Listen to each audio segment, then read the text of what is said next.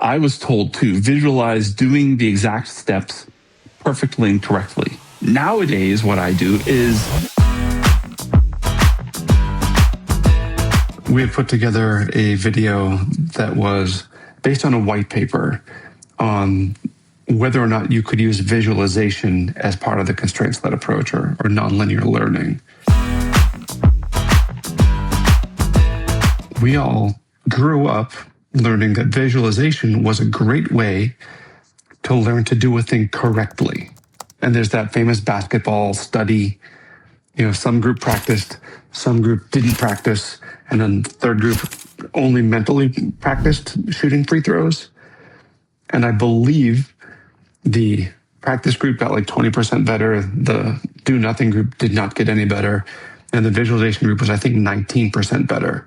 So they were almost as good as the group that practiced, is what I'm recalling as the numbers. Now, the white paper pointed out a really interesting idea that it's still valuable, even though we argue that there's not really a correct thing to do because it all depends, right? It depends on the situation. I know you're a meditation teacher, so if I'm going to ask them about visualization ideas, you're like top of my list. Yeah, I'm biased, right? Because, I believe that meditation, mindfulness meditation especially, is just a fantastic way of just being present, paying attention to the present moment on purpose, right? And we strive for that type of a thing all the time in martial arts. People have different terms for it. Mushin is one that comes to mind. This is one of those things where for probably a couple thousand years, people talked about doing meditation and also, creative visualization or visualizing, accomplishing tasks correctly and successfully. And it's only been in the last, couple decades where we actually have those studies like the one you were talking about just now that shows that actually visualizing accomplishing something does something to you, in a positive way. Right now, we know that running loops in our mind over and over again of unsuccessful things makes us feel bad, right? We know that running loops over and over again in our head about failing makes us feel bad about that thing. We know these things already, right? Now, our teachers we could look at some of the writings for a couple thousand years. They talk about doing these types of things. I'm just really glad to see in the last couple of decades, actually practice things in your head, right? Couldn't be any more clear than that. Some people actually have a difficult time, by the way, with visualization. Some people don't make visual images in their head.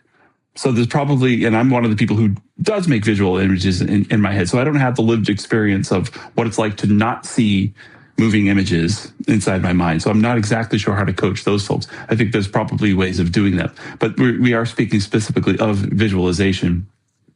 I think where it's changed for me over the years is when I was learning from an IP, information processing sort of linear way, I was told to visualize doing the exact steps perfectly and correctly, right? And so I would do those types of things as instructed by my teachers. Nowadays, what I do and what I instruct others to do is have people visualize accomplishing goals or solving problems from a martial arts, from a CLA, point of view, right? So they might see, you might have a group of students come in and they're in week one and you're running them through some drills that they're very uncomfortable with, from a physical point of view, because they just don't know how to accomplish these tasks yet. And then their homework would be, great, you don't have a training partner, you don't have a garage with a bunch of mats around, visualization. Then teach them some visualization techniques where they're just rerunning the day's training over in their mind. And this time they're successful. This time they're getting out of problems and they're working out issues inside of their internal experience. And for some reason that seems to make a difference. One piece that stood out to me as a hyper-valuable insight was, and I was unfamiliar with this study, but there was some psych lab somewhere, had a bunch of different photos, And when they showed people photos of the sun, photos, like there's only like whatever brightness comes from a photo is whatever's brightness is in the room reflecting off the glare of the photo. That's it. But when they showed them photos of the sun, their eyes constricted as if they were looking at a brighter light source. They're like, here's a tree, here's a bird, here's a lion, whatever. Here's the sun. Oh, not that drastically, obviously, but their eyes went like, oh, I'm going to constrict because there's the sun. I'm not supposed to stare at the sun. And I've clearly not a conscious decision not to do that. And the point of that was recognizing that what you're imagining to be true has physiological impacts that you don't even intend. And none of those people thought, oh, let me constrict my pupils to mess with the researcher. None of them.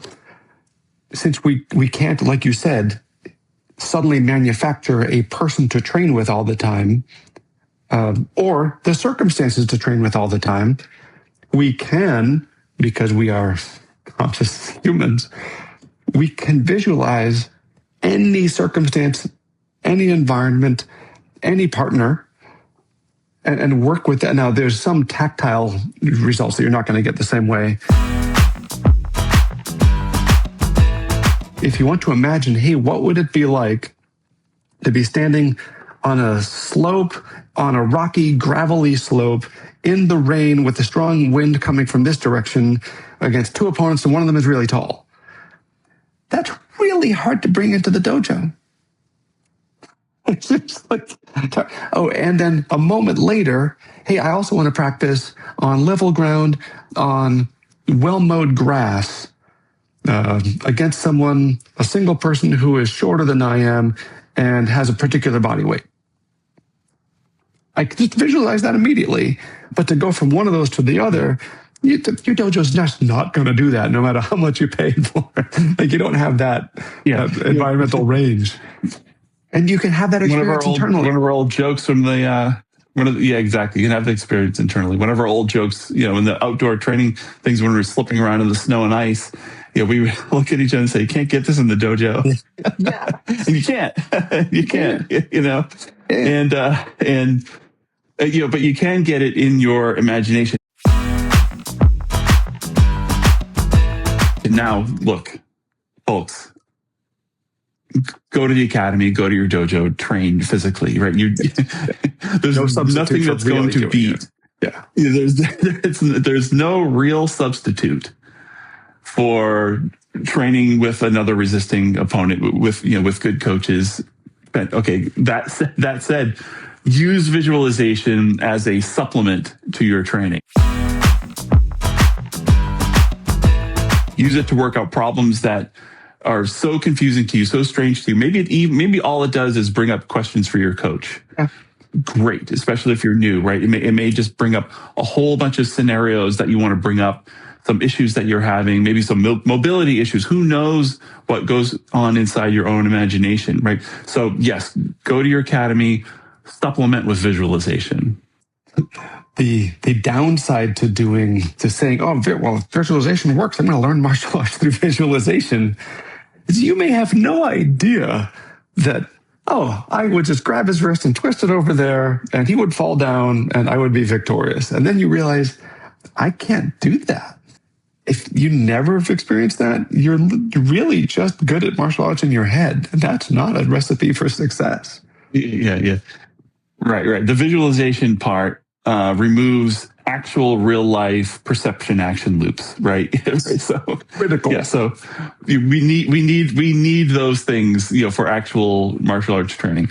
Visualization is a fantastic supplement.